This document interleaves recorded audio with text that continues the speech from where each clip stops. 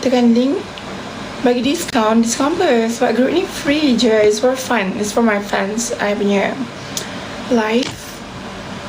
Chat tengok. Nanti tengok pergi tekan link kat profile TikTok, okay? Tapi kalau korang nak order baju, korang DM je kat TikTok.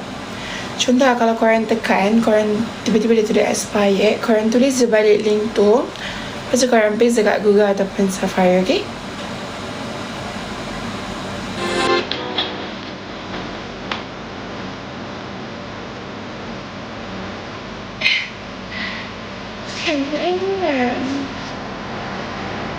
Thank you guys. Tolong tap screen dulu please.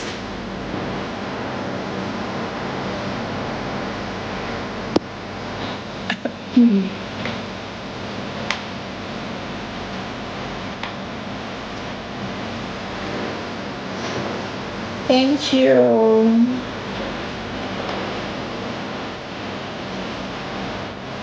Baju jenis apa? Baju jenis sukan. Baju ni susah untuk orang yang suka bagi bersukan. Kalau korang just suka pakai baju tight memang sangat-sangat sesuai. Tapi dia kita je size sampai double XL. Tapi dia memang sangat-sangat selesa tau. Yeah. I rasa nak tengok live. Korang kalau nak tengok live lagi, korang pergi dekat profile TikTok lah. Lepas tu korang tekan je link kat profile TikTok tu, okay? Korang tap screen dulu. Yeah, thank you Zaifa. Contohlah kalau korang tekan tu dia tulis expired, korang jangan risau tau. Korang tulis je balik link tu. Lepas tu korang paste dekat Google ataupun Safari. Hai Sabri, Zainuddin. Hello. Korang buat apa? Boleh tak korang bagi like cuba korang bagi like 20k like. Boleh ke tak?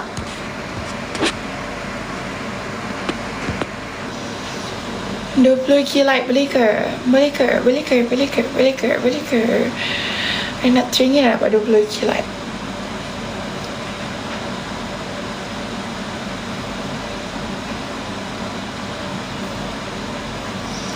Thank you guys. Tolong tap screen dulu pula.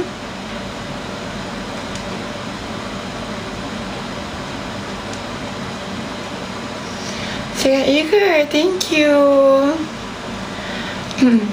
Bila tadi tu Ara nak tengok Ara live.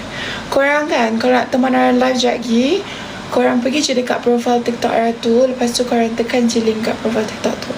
Contohlah kalau korang tekan tak boleh kan, macam tu cakap kan, tak boleh, korang jangan risau. Korang tulis je balik link tu. Pergi dekat chat mana-mana dalam Telegram tu, siapalah yang ni kan, korang tahu tu, korang tekan je balik link tu. Macam tu. Senang je. Saya tu tahu lah masalah dia. Thank you. Kita boleh siap order tau baju ni. Kalau korang nak order, korang DM Ara kat TikTok cakap nak order baju, okay?